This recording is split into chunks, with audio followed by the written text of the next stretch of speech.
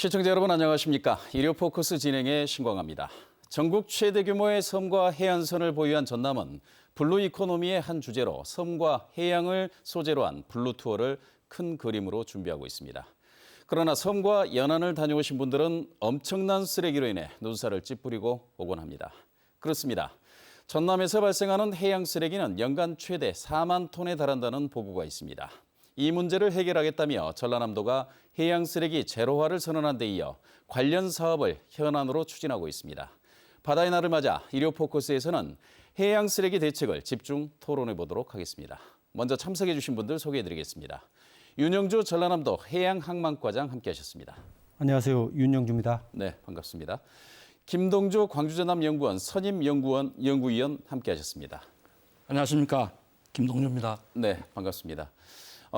두 분 이렇게 해양 전문가이자 해양 쓰레기 문제는 어떻게 보면 부차적인 것인데 지금 현재 그 기후 변화라든가 이런 부분들이 되면서 해양 쓰레기 문제가 어떻게 보면 생존을 의미하는 이런 중요한 의제들이 됐습니다. 그래서 이제 바다의 날을 맞이해서 이 두 분을 모시게 됐는데요. 활발한 토론 기대해 보면서요.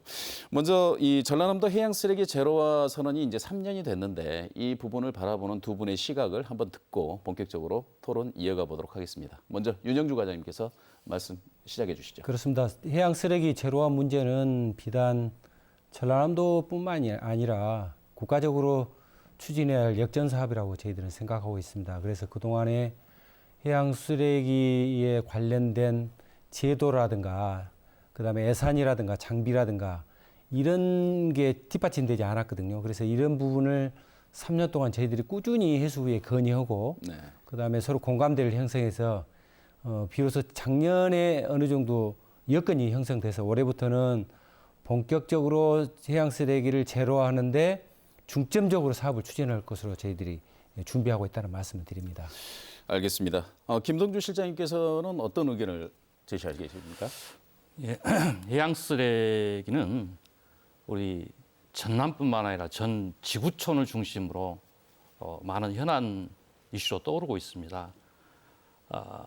그와 관련해서 해양 쓰레기 제로화는 정부의 적극적인 재정적, 행정적 뒷받침이 되어야 되고 이와 더불어서 지역민들, 국민들의 어떤 적극적인 참여, 네. 동참 이런 부분들이 필요하다고 생각합니다. 지난해 말에 전라남도는 그 김영록 지사님의 취임과 더불어서 보면은 해양 쓰레기에 대한 심각성 또는 바다의 중요성 이런 부분들을 인식을 했습니다. 그래서 지난해 말 국회에서 정책 토론회 해양 쓰레기 제로화에 관한 정책 토론을 추진한 바 있고요. 네.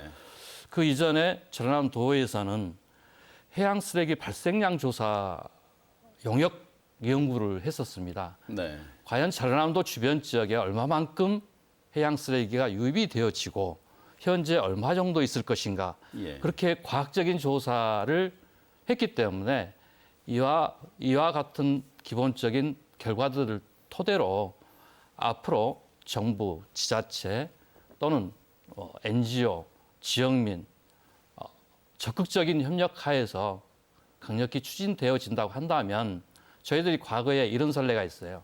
2012 해양엑스포, 여수 해양엑스포를 추진하게 됐는데 저는 그때 당시에 1단계로서 해양에 대한 국민과 지역민들의 인식이 많이 높아졌다. 네. 그렇다고 본다면 2단계, 제2의 도약을 한 해양 쓰레기 제로화의 추진은 이와 관련된 제2의 도약을 위한 국민들이나 시민들의 인식 제고를 위한 것이다라고 생각합니다. 인식 제고를 위한 이제 시간들이 되었다라고 하는 것이고요.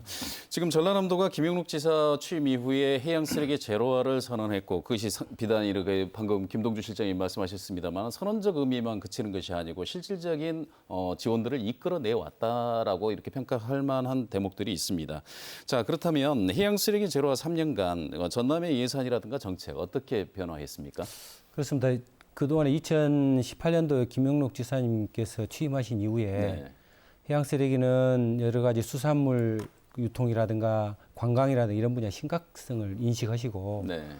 이게 전남만으로 할 수 있는 문제가 아니기 때문에 제도적으로 문제가 좀 많이 있거든요. 해양 예를 들어서 해안가에 떠 있는 쓰레기는 지자체 처리하고 예. 그다음에 침적이라든가 부유는 국가가 처리하고 예. 그다음에 쓰레기 한 2만 6천 톤 정도 생산되고 있는데 그중에서 사실은 외국에서 들어오는 게 약 한 47% 정도 되거든요. 거의 절반 수준 되더라고요. 그런데 네. 그리고 해안가에서 발생되는 51%도 사실 그 우리 섬이 2,165개 있는데 사람이 살고 있는 279개 정도 살고 있는 네. 거거든요. 근데 50호 미만에 대해서는 국가가 생활 쓰레기 차를 이용해서 수거할 수 있는 그런 여건이 없거든요. 예. 그럼에도 불구하고 이걸 지자체에다가 온전히 맡기는 것은 문제가 있다. 그래서 네. 제도화를 좀 해달라. 그래서 이게 기준도 만들고 해양 폐기물법도 만들어서 제도화해주고 여기에 모든 것은 국가가 총체적으로 핸들링 해야 되니 예. 국가가 좀 예산도 좀 확보해달라고 꾸준히 건의를 했습니다. 그래서 2018년에 선언을 하고 올해부터 본격적 추진을 해서 524건에 예. 573억 원 예산을 지금 확보한 상태입니다. 네. 예. 그렇다고 보면 지금 가장 문제가 되는 게 결국은 예산이었는데 예, 예. 지금 예산이 3년 전에 비해서 거의 어떻게 보면 5배 정도 증가했다라고 하는 데이터들이 있어요. 그렇습니다. 실질적으로도 그런데 그러면 이 5배가 증액됐다라고 하는 것을 전남도에서는 어떤 의미로 평가를 하십니까? 그렇습니다. 그동안에 사실 어떻게 처리를 할 것이냐, 그다음에 뭐 처리하는 방법에 대해서는 다양합니다. 뭐 버리지 않고 생산량을 줄이고, 그다음에 쓰레기 수거를 늘리고, 그다음에 지금 침적돼 있는 쓰레기는 어떻게 할 것인가, 그다음에 어장의 밑에 있는 침적돼 있는 쓰레기를 어떻게 칠 것이냐, 그다음에 연안항의 밑에 침적돼 있는 거, 무역항에 침적돼 있는 거, 그다음에 우리가 어항이 한 1,099개 정도 되는데 어항이 밑에 있는 것도 어마어마한 양이거든요. 예. 그래서 그걸 방법이나 내용에 대해서 저희들이 이제 구체적으로 계획을 세운 겁니다. 그래서 그런 계획에 맞게끔 예산이 세워졌다고 이해하시면 될 것 같습니다. 알겠습니다. 지금 5배가 증액이 됐는데 김 실장님 지금 보면은 이 예산을 보면은 어떻게 보면 함정이 좀 있는 것 같습니다. 우리가 생각했을 때 절대적인 예산은 늘어났는데 자 과연 이게 실질적으로 수거라든가 처리에 들어가는 전액 투입되는 예산이냐 이런 부분에 대해서는 한번 검증이 필요하겠죠. 예, 보면은 일단 예산이 어찌됐든 간에 국비가 됐든 지방비가 됐든 네. 이렇게 상향되어졌다고 하는 것은 그만큼 이 해양 쓰레기에 대한 심각성이 네. 크고 거기에 대한 처리의 중요성들이 인식했기 때문에 네. 이런 결과라고 보여지고요. 예. 우리가 이렇게 보시면 될 것 같아요. 보면은 해양 쓰레기는 그냥 물의 흐름이나 또는 투기에 의해서 바다 쪽으로 유입이 되어지는데 네. 이것들을 어떻게 수거하느냐, 수거 방법이 상당히 어렵습니다. 수거 방법. 예. 네. 무인도에 가서 있을 수도 있고 또는 절벽에 가서 있을 수가 있고 또는 자갈 해빈 네. 해수욕장에 가서 있을 수가 있고 이렇게 사람의 접근성이 어려운 곳에서는 수거 비용이 훨씬 더 많이 들 수 있다는 거죠, 보면은. 예. 그리고 일반적으로 우리가 이 해수욕장이라고 하는 모래 해빈 정도에서는 일반적으로 쉽게 접근이 가능하면서 수거도 할 수 있지만 네. 그렇지 않는 곳이 많이 분포하기 때문에 그런 부분들은 좀 어렵고요. 네. 그와 동시에 수거를 한다 할지라도 이게 운반을 한다거나 처리를 하는 과정에서 육상에서 발생된 것에 비해서 상당한 높은 수준의 경제적 비용들이 요구되고 있습니다. 예. 일단 뭐 염기를 좀 제거를 해야 된다 할지 이제 그런 부분들이 있기 때문에 보면은 앞으로 이 해양 쓰레기 처리와 관련해서는 네. 더욱더 많은 예산이 저는 필요하다. 더욱더 많은 예산이 필요하다. 예, 네. 왜 그런가요? 지금 현재 예산의 신청을 보면은 이제 뭐 전용 수거성 건조랄지 이런 부분들 하드웨어적인 부분들이 이제 예. 꽤 있거든요. 그런데 외국의 어떤 선진 사례들을 보면은 이 부유 쓰레기 수거성 같은 경우는 다 운행을 지금 많이 하고 있습니다. 보면은 예. 그렇기 때문에 이런 부분들이 어떤 그 기반적인 것보다는 우리가 바닷가에 갔을 때 바로 눈으로 보면서 좀 혐오감을 느끼거나 이런 부분들이 있거든요. 네. 그래서 이제 우리가 그런 부분들을 중심으로 해양 쓰레기가 처리가 돼야 될 것이고 두 번째는 이제 우리가 집중적으로 바다를 이용하게 된 뭐 갯벌이나 어장들 부분이 있습니다. 네. 이런 부분들은 어떤 어느 정도 그 저층에 이 퇴적물들이 있는지도 파악 조사가 되고 그래서 특별한 처리 과정을 거치게 됩니다. 그래서 네. 국가가 하는 것이죠. 지금 그러면은 지금 그 우리가 일반적으로 관광객이라든가 시민들의 입장에서 봤을 때 해양 쓰레기가 심각하다라고 하는 그 부분과 그렇지 않고 그 국가나 지방자치단체가 느꼈을 때 해양 쓰레기로 인해서 심각한 문제가 발생하는 지역들이 좀 이렇게 이 우선순위에서 좀 차이가 있을 수 있다. 이 말씀도 지적해 주시는 거죠. 예, 저는 그렇게 봅니다. 예, 알겠습니다. 그러면 지금 해양 쓰레기 제로화 정책이 지금 올해 3년 차를 맞고 있고 사실상 보면 지난해 그 국회에서 서삼석 의원실인가요? 그 서삼석 의원실 주관으로 해가지고 해양 쓰레기 처리 문제 이 부분에 대한 토론회를 했을 때 사실상 올해 2020년 그리고 21대 국회가 개원하는 올해 이 부분에 대해서 더 많은 예산과 한번 정책적 지원을 해보겠다라고 하는 그런 선언하는 모습들을 보였는데 올해 같은 경우는 전남도에서 실질적 이행 방안으로 세우고 있는 것은 무엇입니까? 그렇습니다. 지금 이제 우선적으로 전남의 어민들이 한 4만 2천 명 정도 되거든요. 네. 그다음에 수산 경영인들이 한 1만 2천 명 정도 되고 어선에 종사하는 배가 한 2만 7천 척 정도 되는데 네. 이분들부터 소선수범을 좀 시키고 자기들 어장은 자기들이 수거하는 그런 정책을 구사하자는 뜻에서 예. 저희들이 한 135억 정도 들여서 네. 자기들이 그 기존의 어장 밑에 있던 그런 침적된 것은 자기들이 자발적으로 수거해서 어장 정화한 날을 지정해서 매달 한 번씩 정화한 날을 지정해서 수거하는 방법을 택하기도 하고 네. 또 일부는 작업장에서 어망이나 폐 밧줄이나 이런 걸 걷어왔을 때 일정 부분 저희들이 수매를 해서 주는 예산도 저희들이 확보했습니다. 예. 또 하나는 그게 어느 정도 되나요? 그게 한 21억 정도 되는데요. 네. 작년에도 이 효과가 좋아서 작년에 시범적으로 했는데 예. 6개월 만에 소진됐습니다. 그래서 올해도 22억 지금 확보했는데 추경이 좀 더 확보하려고 지금 노력하고 있습니다. 또 하나는 버리고 관리하고 이런 체계가 네. 사실 시군 직원이나 폐기물 관리 업체한테 맡겨서 할 사항은 아니거든요. 그래서 예. 정기적으로 일정 부분 그 최저임금 수준으로 한 달에 한 180만 원 정도를 줘서 바다 환경 지킴이를 한 195명을 저희들이 올해 그 채용을 했습니다. 그래서 예. 이분들이 각 지역에 많게는 15명, 적게는 한 5명 정도로의 같이 그룹을 정해서 쓰레기 수거도 하고 감시 활동도 하고 이런 체계를 저희들이 시범적으로 했다는 말씀을 좀 드리고 네. 또 하나는 사실 그 해안가나 바닷가에 지금 버려지고 관리하는 쓰레기가 네. 아무렇게 지금 방치되고 있어서 저희들이 이 양에 방치되는 쓰레기를 그 합리적으로 좀 처리하기 위해서 육상집화장하고 선상집화장을 만들어놨습니다. 항포구에.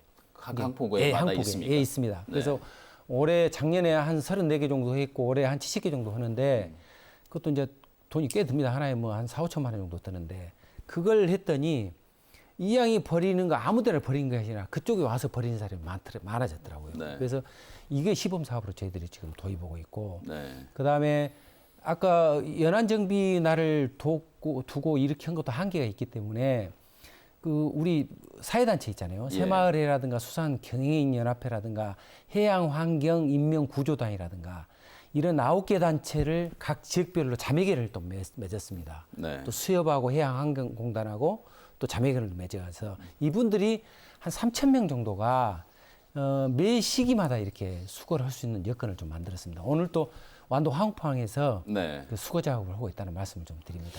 알겠습니다. 지금 그 각 항포구마다 이렇게 수거장을 만들어 놓으신 그 부분이 있는데 쌓여만 있고 이거를 예를 들면 이런 거죠. 그러니까 쓰레기 수거하는 날만 쓰레기가 배출돼야 되는데 예.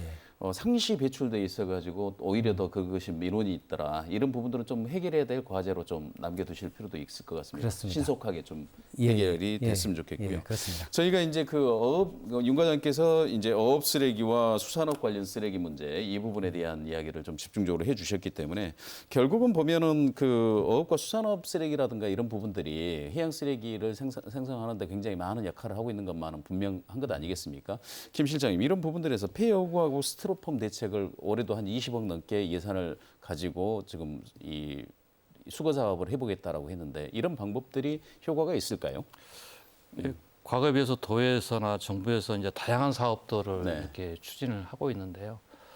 저희들이 이제 그 바닷가에 가보면은 네. 상당 부분이 네. 이 양식이나 어업 활동 과정에서 이 버려진 뭐 그물이나 이런 부분들이 많거든요. 근데 방금 이제 과장님께서 육상해상 집화장, 수매, 어장 정화은화를 통해서 수거 많은 사업들을 추진한다고 하셨어요. 네. 물론 거기도 이제 많은 예산이 들어갑니다. 제가 이제 엊그제 그 바닷가 쪽을 한 바퀴 돌아봤는데 네.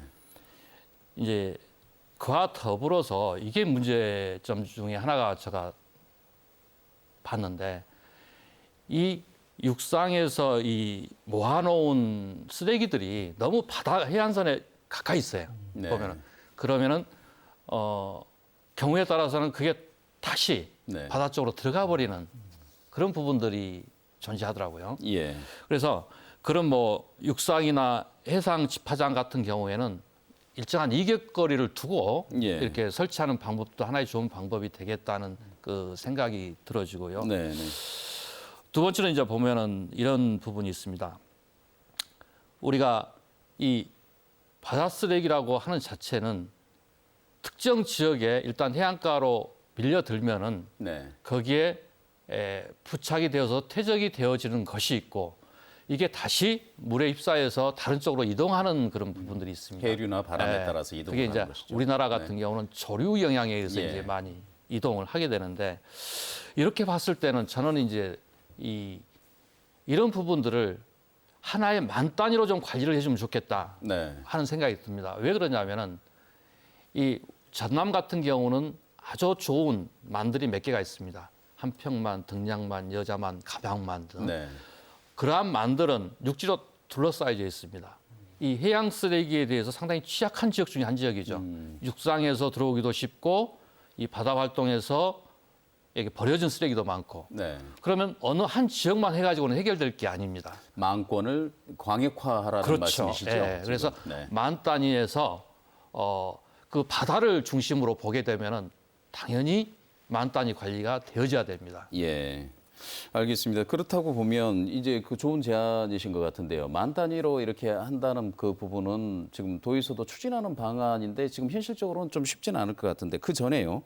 일단 그 수협 등 어업인과 협조해가지고 그 어업 폐기물이라든가 어선에서 발생하는 이 부분들을 수거를 하신다고 했으니까 지금 현재 수협이나 어업인 조직하고 공조라든가 이런 그분들하고 이해 폭은 넓히고 계십니까? 어느 수준까지 돼 있다고 보십니까? 그렇습니다. 수협하고 해양항공공단하고 수산경영연합회가 조직화돼 있기 때문에 예. 이 조직화가 돼 있고 대부분 또 사업들이 수협을 통해서 이루어지고 있기 때문에 네. 물론 이분들의 수협이 존재 이유도 어업인들이 생산이 늘어나야 수협도 존재의 의미가 있기 때문에 네. 그런 부분에 서로 이익적 가치가 혈합돼서 예. 작년에도 저희들이 협약을 체결했고 올해도 이들 단체들이 기본적으로 뭐 가서 맨손으로 가서 뭐 수거할 수는 없는 입장이기 그렇겠죠. 때문에 네. 기본적인 경비들을 저는 한 2억을 세워서 네. 그분들이 가서 그 뭐 버스 이동이라든가 그다음에 수거 장비라든가 이런 것을 주면서 저희들이 수거를 본격적으로 좀 해보고 있다는 말씀드립니다. 예, 특히 그 양식장 같은 경우에 부표가 이제 스티로폼이 많은 그런 경우가 많지 않습니까? 예, 예. 그래서 이제 일부에서는 이런 제안도 하던데요. 예를 들면은 폐 어구를 가지고 오면 신규 저기 할 때 그 교환하는 그 비용을 상당 부분 지원을 해주겠다 예. 하는 그런 정책은 어떻습니까? 일본 같은 경우는 좀 시행을 하고 있는 것 같던데요. 맞습니다. 지금 사실 우리 1년에 우리 전남에서 한 2만 6천 톤 정도 쓰레기가 생산된다라고 저희들이 지금 추정하고 있는데요. 그 중에서 한 1만 3천 톤 정도가 폐어구나 어망 스티로폼입니다. 예. 그래서 이걸 어떻게 해야 될 것인가 굉장히 고민을 좀 많이 하고 있고요. 사실 폐스티로폼 같은 경우에는 감용기를 통해서 50분의 1로 축소해서 건축자재나 이런 거 활용하고 있거든요. 예. 그래서 그런 쪽으로 운영하고 있는데 폐어망이나 폐밧줄 막 이런 게 사실 문제거든요. 이렇게 염기가 좀 있다 해서 폐기물로 분류가 돼 있습니다. 네. 그래서 이 폐기물을 처리할 때는 톤당 한 35만 원 정도 들거든요. 예. 그래서 이걸 사실 염기만 빼면 폐기물도 아니고 그런 재활용으로 데서 사용할 수 예, 있는. 그렇습니다. 네. 그래서 이게 바닷가 쪽에 해양 폐기물을 전문적으로 재활용할 수 있는 전처리 시설을 만드는 게 우리 목표입니다. 근데 네. 그것도 이해관계 때문에 냄새가 나고 조금 염분이 있다고 해서 사실 시군이 신청을 지금 안 하고 있거든요. 근데 이미 충남하고 경남은 150억 들여서 전처리 시설을 만들어 놓고 재활용 쓰레기는 재활용 쓰레기도 모으고 또 폐기물에서 소각할 건 소각하고 매립할 건 매립해서 이렇게 하다 보니까 굉장히 조금 합리적으로 된다고 저희들이 보고 있거든요. 그래서 내년에 올해 안에 저희들이 해양 폐기물 전처리 시설장을 만들어서 네. 하는 목표도 갖고 있다는 말씀을 드립니다.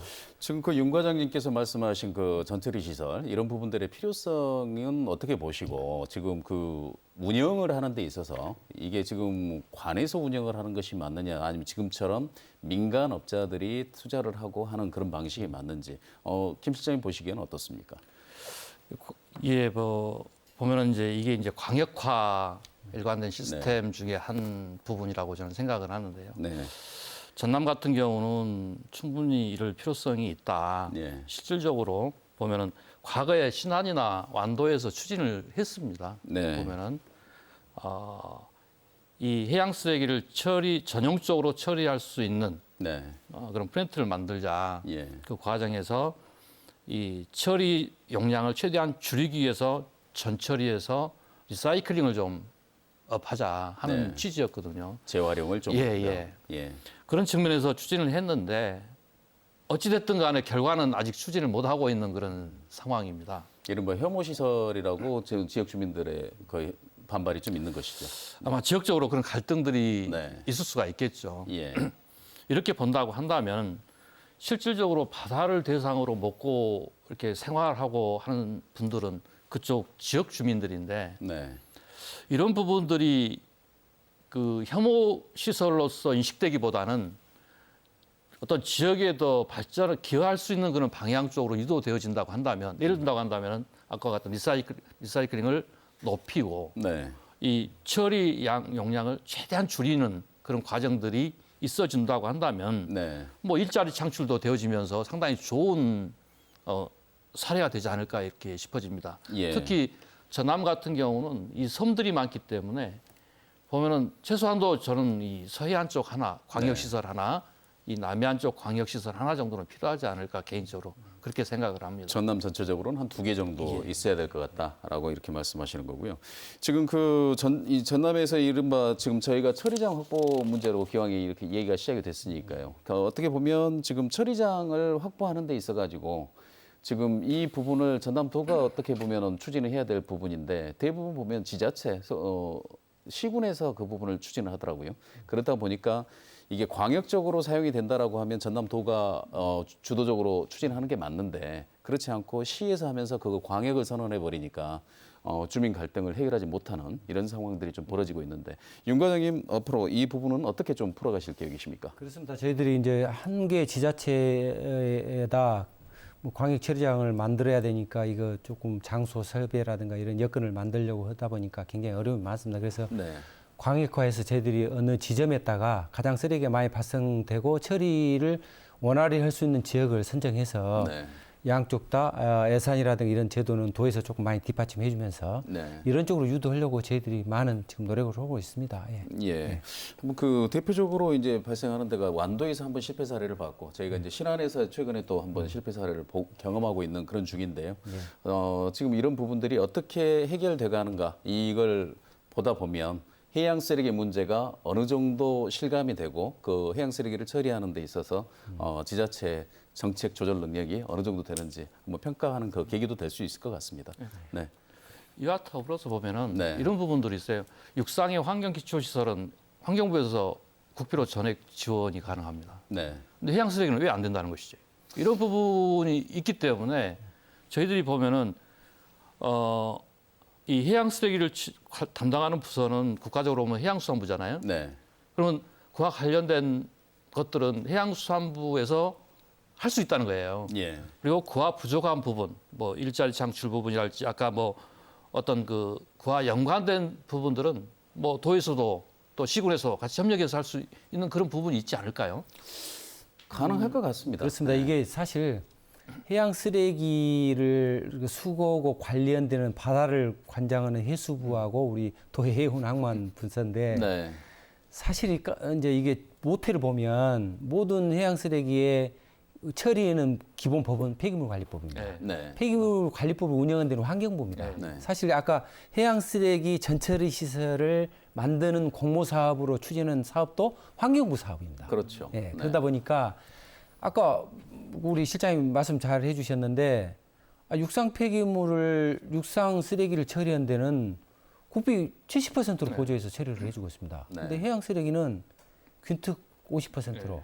그냥 주면서 너희들 알아서 편성해라 이런 겁니다. 네. 그래서 제가 계속 주장한 게 뭐냐면 자 지금 외국 기인이 47%이고 해상 기인이 51%지만 그 중에서 구분이 안 된 게 내가 보기에는 한 20% 넘다. 네. 이건 근본적으로 국가가 100% 예산 제도 인력을 투입해서 해야 될 사업인데 지자체에다가 573억 중에서 250억 정도는 지자체 부담하고 있습니다.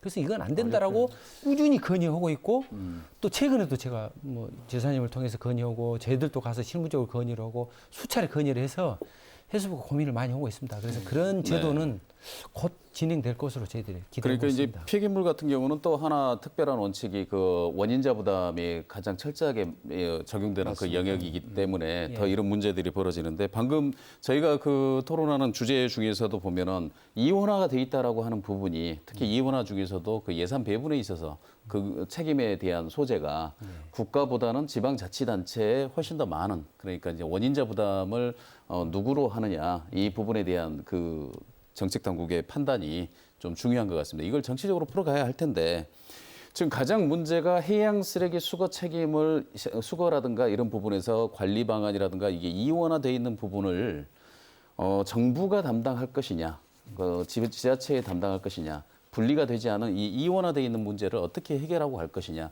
이 부분이 끊임없는 쟁점인 것 같습니다. 김동준 실장님 보시기에 이 부분 어떻게 풀어야 된다고 보십니까? 저는 그 해양 쓰레기 문제는 이 공유 수면이라고 하는 바다에서 이렇게 일어난 현상입니다. 네. 이 바다와 관련은 저는 당연히 국가라고 생각을 합니다. 보면은 우리 국민들이 바다를 이용할 때는 허가를 받고 하고 네. 여러 가지 단계를 거쳐서 사용하기 때문에 일차적으로 이 바다와 관련되어진 공유 수면과 관련된 부분들은 이 국가가 책임지는 것이 당연하고요. 당연하다. 예. 두 번째는 그와 더불어서 방금 과장님께서 말씀을 하셨지만 네. 이 원인자 부담과 관련해서 네. 보면 전남의 어떤 해양 쓰레기 모니터링을 한 결과 외국에서 기인한 것들도 있다. 그 네. 부분이 상당하다. 보면은 그런 관련은 국가가 하는 거 지방자치단체 어떻게 합니까? 그건 말이 안 되는 거죠. 네. 이건 당연히 국가가 전적으로 책임을 지고 하면서 네. 거기에 지방 정부의 도움이나 어떤 행재정적인 시스템의 어떤 지원들이 필요하다고 한다면 네. 이게 들어갈 수 있는 부분이지 않을까 저는 그렇게 봅니다. 마찬가지로 이 전라남도가 블루 이코노미 그동안 가장 중요한 꼭지 중에 하나가 이제 관광, 블루 관광, 오션 이 부분을 선언을 해놓으신 상태이기 때문에 이 부분에 대한 국비를 충분히 이끌 수 있는 하나의 정책적 논리 역시 바로 이 해양 쓰레기 문제에서 출발해야 되지 않을까 그런 생각이 드는데 앞으로 이런 부분들 어떤 건의들을 좀 해보실 계획이십니까? 그렇습니다. 그래서 2018년도에 저희들이 자체적으로 과연 쓰레기 양은 얼마 정도 되고 이게 어디에서 많이 발생됐고 과연 어떠냐 네. 전문기가 용역을 좀 해봤어요. 네. 해봤는데 이제 해수부에서도 자체 용역을 했습니다만은 그게 아직도 쓰레기 양은 어느 정도 되고 침적한 것은 어느 정도 외국에서 얼마 정도 들어오고 이걸 한 40군데 전국에 40군데 모니터링을 하고 있는데 네. 폭을 한 100m, 길이를 100m, 폭을 한 5m 정도 모니터를 하고 있는데 거기 모니터링하는 쓰레기 양을 분포를 보니까 폐플라스틱이 63%예요. 네. 그다음에 목재가 25%예요. 그럼 목재는 바다에서 물론 양식장에서 나온 목재도 있지만 육상에서 홍수나 하천을 통해서 오는 것도 많이 있는 거예요. 그렇죠. 그래서 네. 이런 부분에 대해서 정확한 용역이나 데이터를 가지고 국가가 좀 전체적으로 핸딩을 해줬으면 쓰겠고, 좀 우리 전라남도 비단 문제가 아니기 때문에 꾸준히 건의를 하셔야 될 그렇습니다. 상황이고. 그 분야를 저희들이 제도적 건의를 계속하고 있고, 네. 그래서 최근에 해수부에서 그런 일환으로 용역을 지금 진행하고 있습니다. 그래서 이걸 예. 기준도 삼고 그다음에 치우는 그런 그 역할 분담도 어떻게 할 것인지 또 어디까지 어떤 방법으로 치울 것인지를 다양한 제도를 저희들이 건의를 하고 있다는 말씀을 올립니다. 알겠습니다. 지금 사실 해양 쓰레기 문제를 저희도 거론하는 이런 부분들이 한 10여 년 이상 계속 지속적으로 하고 있지만 이 쉽지 않은 게 육상의 쓰레기하고는 좀 다른 게 육상의 쓰레기는 바로 우리 집 옆이라든가 우리 공동체 주변에서 하다 보면 하는 것과는 대비되게 이 해양 쓰레기 같은 경우는 가장 가까이서 볼 수 있는 게 조금 전에 김 실장이 말씀하신 연안에 가야 관광 차원에서 관광차 갔을 때만 이렇게 경험해 볼 수 있는 그런 문제여서 피부적으로 와닿는 게 좀 덜하지 않는가 하는 그런 생각도 들어봅니다. 그런데 그런 측면에서 봤을 때 결국은 해양 쓰레기 제로화를 위해서는 이른바 대시민 교육과 어업인 교육 그리고 홍보가 지속적으로 좀 강화가 돼야 될 텐데 지금 육상 쓰레기라든가 이런 부분에 비해서 이런 홍보가 생각보다는 저조한 것 아니냐라고 하는 그런 지적들이 많습니다. 조금 전에 어업인들하고 협조는 잘 된다라고 말씀해 주셨지만 김 실장님 보시기에 어업인과 지역 주민 교육, 이 해양 쓰레기 문제에서 좀 현실성 있고 효율적으로 진행되려면 어떤 부분들이 필요하다고 보십니까? 그렇습니다. 지금 정부에서는 바다의 날이 정해지면서 지정되면서 많은 활동들을 실제로 하고 있습니다. 외국에 이제 연안 정화의 날이라는 것들 한 달에 한 번씩 하거든요. 그렇죠. 네. 그것과 비슷하게 네. 우리나라도 이러한 프로그램들을 만들어서 이 바다와 직간접적으로 관련된 단체나 기관들이 이런 정화 활동들도 꾸준히 하고 있고요. 예. 그렇지만 이제 여기에서 보면은 이 해양 쓰레기가 왜 이 제거돼야 되는지 이런 네. 부분들이 이 그룹들 간에 약간의 온도차는 있는 것 같아요. 온도차가 있어요. 예. 네. 보면은 우리 학생들은 학생들대로 네. 또 지역 주민은 지역 주민대로 또 일반 국민은 국민들대로 네. 이런 지역 어떤 온도차는 분명히 존재하는 것 같고 왜 그러냐면은 저희들이 그것은 바닷가에 가보면 금방 느낄 수 있습니다. 네. 소주 먹고 버리고 네. 이렇게 어디서 모아진 쓰레기 봉투 바닷가에 갖다 버려져 있고 투기하시기도 하고. 예. 네. 이런 부분 그다음에 어망들 그대로 방치해 놓고 이런 부분들 보면은 약간의 바다를 이용하는 어떤 그룹들이라고 할까요? 이익 집단들 사이에 좀 온도차는 있다 생각을 하는데 네. 그와 관련해서 이제 좀 접근의 방법들도 좀 달라져야 되지 않을까. 네. 어업이나 양식업을 하신 분들 같은 경우에는 이 해양 쓰레기에 대한 피해, 네. 우리가 이를 관리하지 않으면은 그로 인한 우리 경제적 피해는 어느 정도가 될 것이다라고 하는 부분들을 좀 개형화시켜서 데이터로 만들어서 그분들한테 좀 알려주면서 열심히 좀 이렇게 수거도 하고 사전 예방도 좀 하는 그런 부분들이 좀 있어야 될 것 같고요. 네. 우리가 이제 일반적으로 국민이나 학생이나 지역 주민들 일반적으로 바다를 이용하지 않고 이렇게 해안 쪽에 거주하시는 분들 같은 경우는 예. 우리 해양 쓰레기가 이렇게 방치됨으로써 우리의 인간 활동에 대한 안전성이랄지 환경이랄지 생태에 미치는 영향들 네. 이런 부분들을 어떤 과학적으로 좀 풀어서 예. 이렇게 좀 교육이나 홍보 등을 좀 해줬으면 좋겠다 하는 네. 생각이 듭니다. 알겠습니다. 그래서 네. 우리가 어떤 시책이나 프로그램들을 설득력 있게 하려고 하면은 네. 이 데이터에 기반한 그런 설득력이 상당히 중요하거든요. 그렇죠. 그래서 네. 그런 부분들을 우리가 비상적으로만 이렇게 교육을 하는 게 아니고 이렇게 그런 데이터에 기반한 어떤 홍보 교육 프로그램들 이런 부분들이 좀 나아졌으면 좋겠다는 생각이 듭니다. 알겠습니다. 방금 데이터를 말씀해 주셨는데 데이터도 매우 중요한 부분이고 어떻게 보면 하나의 상징성이라고 하는 것도 굉장히 중요한 것 같습니다. 어떻게 보면 지금 카페라든가 우리가 흔히 일회용 플라스틱을 사용하지 않게 된 계기가 한 장의 보도 사진에서 비롯되는 것인데요. 물고기가 이 플라스틱 이 스트로우를 빨대를 먹고 있는 이런 장면들 굉장히 상징적인 장면들 아니겠습니까? 맞습니다. 이런 부분들 그런 결국은 홍보가 중요하다라는 것이고요. 저희 그래서 이제 바다를 끼고 있는 저희 목포 MBC 같은 경우도 매년 바다사랑 캠페인 통해서 이런 부분들을 홍보를 하고 있는데 쉽지는 않은 것 같습니다. 왜냐하면 이 이미지로 주는 것과 방금 말씀하신 김동준 시장님께서 말씀하신 이 데이터로 해서 구체적으로 내가 버리는 쓰레기의 가치가 어느 정도의 경제적 피해를 주고 그로 인해서 돌아오는 이런 부분들에 대한 조사가 좀 이루어질 필요는 있겠다라는 생각이고요. 그것을 이제 어린 학생들부터 시작을 해달라라고 하는 그런 요구도 상당히 있는 것 같습니다. 그래서 전남도에 요구하는 부분들이 지역에 있는 학교들의 정규 과정에 물론 이제 그 리사이클링에 대한 교육들은 환경 교육들은 시작하고 있는데 해양 쓰레기, 해양 환경에 대한 이런 전문 교육을 한번 포함시켜 보실 생각이 있으십니까? 그렇습니다. 사실 우리나라 인구 한 5,100만 정도 되는데 네. 사실 연안하고 가장 가까이 접해 있는 인구가 28%한 1,400만 명 정도 되는데 사실 바다에서 지금 피부로 느끼는 어민들의 한 4만 2천 명도 네. 그다음에 그 살고 계신 분 한 17만 명, 우리 전남으로 말하면. 그다음에 뭐 수산 경영인들, 그다음에 어선을 움직이는 그런 양식장 관계자들 이런 분들은 법적으로 일반적으로 좀 교육을 받을 기회가 있습니다. 또 네. 법적으로 아까 뭐 어민 후기자분들은 의무적으로 법적 교육을 받아야 의무적으로 되고, 받죠. 받아야 됩니다. 네. 근데 일반인들은 사실은 아까 우리 김동규 실장님도 말씀하셨지만 이게 미세 플라스틱이 우리 인체에 미치는 양이 어느 정도 심각한지는 외국의 환경단체, 글로벌 단체를 통해서 일부 유튜브에서만 접했지 사실 우리나라에 있었던 일이 아니라고 생각하기 때문에 네.